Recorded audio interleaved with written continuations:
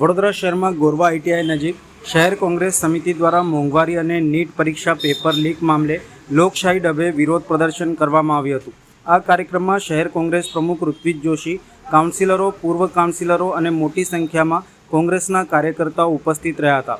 વિરોધ પ્રદર્શન દરમિયાન શહેર કોંગ્રેસ પ્રમુખ ઋત્વિજ જોશીએ ભાજપ સરકાર ઉપર આકરા પ્રહારો કરતા જણાવ્યું હતું કે સતત વધી રહેલી મોંઘવારીથી સામાન્ય જનતા પરેશાન છે। તેમણે પેટ્રોલ અને ડીઝલના ભાવ વધારા મુદ્દે પણ સરકારને ઘેરી હતી અને ઓઇલ કંપનીઓને ફાયદો કરાવવા માટે નીતિઓ ઘડાઈ રહી હોવાના આક્ષેપો કર્યા હતા।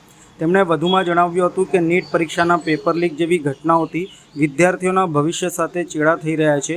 ભાજપ સરકારના ભ્રષ્ટાચાર અને જનવિરોધી નીતિઓને ઉજાગર કરવા માટે આગામી દિવસોમાં શહેરમાં વિવિધ વિસ્તારોમાં પણ વિરોધ પ્રદર્શન યોજવામાં આવશે તેમ જણાવ્યું હતું।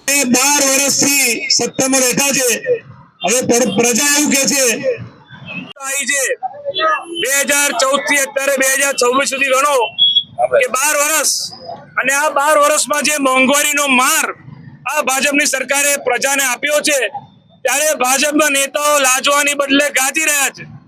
12 વર્ષનું સેલિબ્રેશન કરી રહ્યા છે કે પ્રધાનમંત્રીએ રેકોર્ડ બનાવ્યો કે 12 વર્ષ સત્તામાં રહ્યા અને પંડિત જવાહરલાલ નહેરુ સાથે પોતાની સરખામણી કરે છે। અરે ભાજપના નેતાઓ, હું કહેવા માંગુ છું કે કહા રાજા ભોજ, કહા ગંગુ તેલી।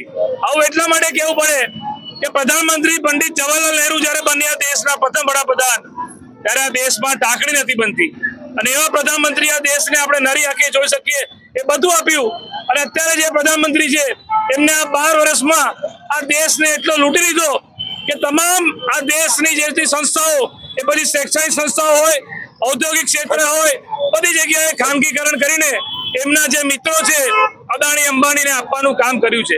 ત્યારે આ આખા ગુજરાત રાજ્યમાં કોંગ્રેસ પાર્ટી આ આંદોલન લઈને નીકળી છે મોંઘવારીની સામે। બીજી બાજુ જે યુવાઓનો પોતાના ભવિષ્યના સપના જોતા હોય, એવા સમયમાં નીટના પેપર જે લીક થયા, એમાં શિક્ષણ મંત્રી ધર્મેન્દ્ર પ્રધાન રાજીનામું આપવાની જગ્યાએ આજે તમે વિચાર કરો કે કોઈ કશું બોલવા પણ તૈયાર નથી। ત્યારે આ મુદ્દાને લઈને અમે નીકળ્યા છે। જીવન જરૂરિયાતની તમામ ચીજ વસ્તુઓ મોંઘી થઈ ગઈ છે, અને આ 12 વર્ષમાં આ દેશની અંદર જે ગરીબ અને મધ્યમ જે કમર તોડી છે, મોંઘવારી કૂદકે ને ભૂસકે વધે, બીજી બાજુ બેરોજગારી વધી રહી છે, ગરીબી વધી રહી છે, મધ્યમ વર્ગ પણ ગરીબીમાં આવી રહ્યું છે। આ તમામ મુદ્દાઓ લઈને અમે આંદોલન કરીએ છીએ। આજે વડોદરા શહેર કોંગ્રેસ દ્વારા અહીંયા આઈટીઆઈ ગોરવા 4 રસ્તા ખાતે અમે અહીંયા ઊભા છે।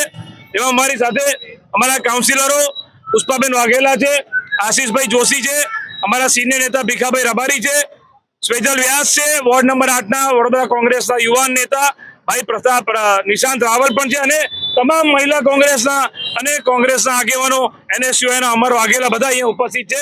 અને પ્રજામાં જનજાગૃતિ લાવવા માટે અમે આ આંદોલન અને કાર્યક્રમ કરીએ છીએ કે ઓળખો આ લોકોને કે જેમણે ભ્રષ્ટાચાર કરીને મોંઘવારીમાં બાજા મૂકી છે। આજે petrol, diesel, CNG, LPG gas, રાંધણ ગેસ, માતાઓ બહેનોનું આખું બજેટ બગડી ગયું। આ બધા મુદ્દાઓ લઈને અમે આવી રીતે 4 રસ્તાઓમાં પ્રોગ્રામ કરીએ છીએ। આવનારા દિવસોમાં આ પ્રોગ્રામને અમે વોર્ડ લેવલ પર લઈને વિસ્તારોમાં, શેરી શેરીને, ગલી ગલીમાં પણ જઈશું।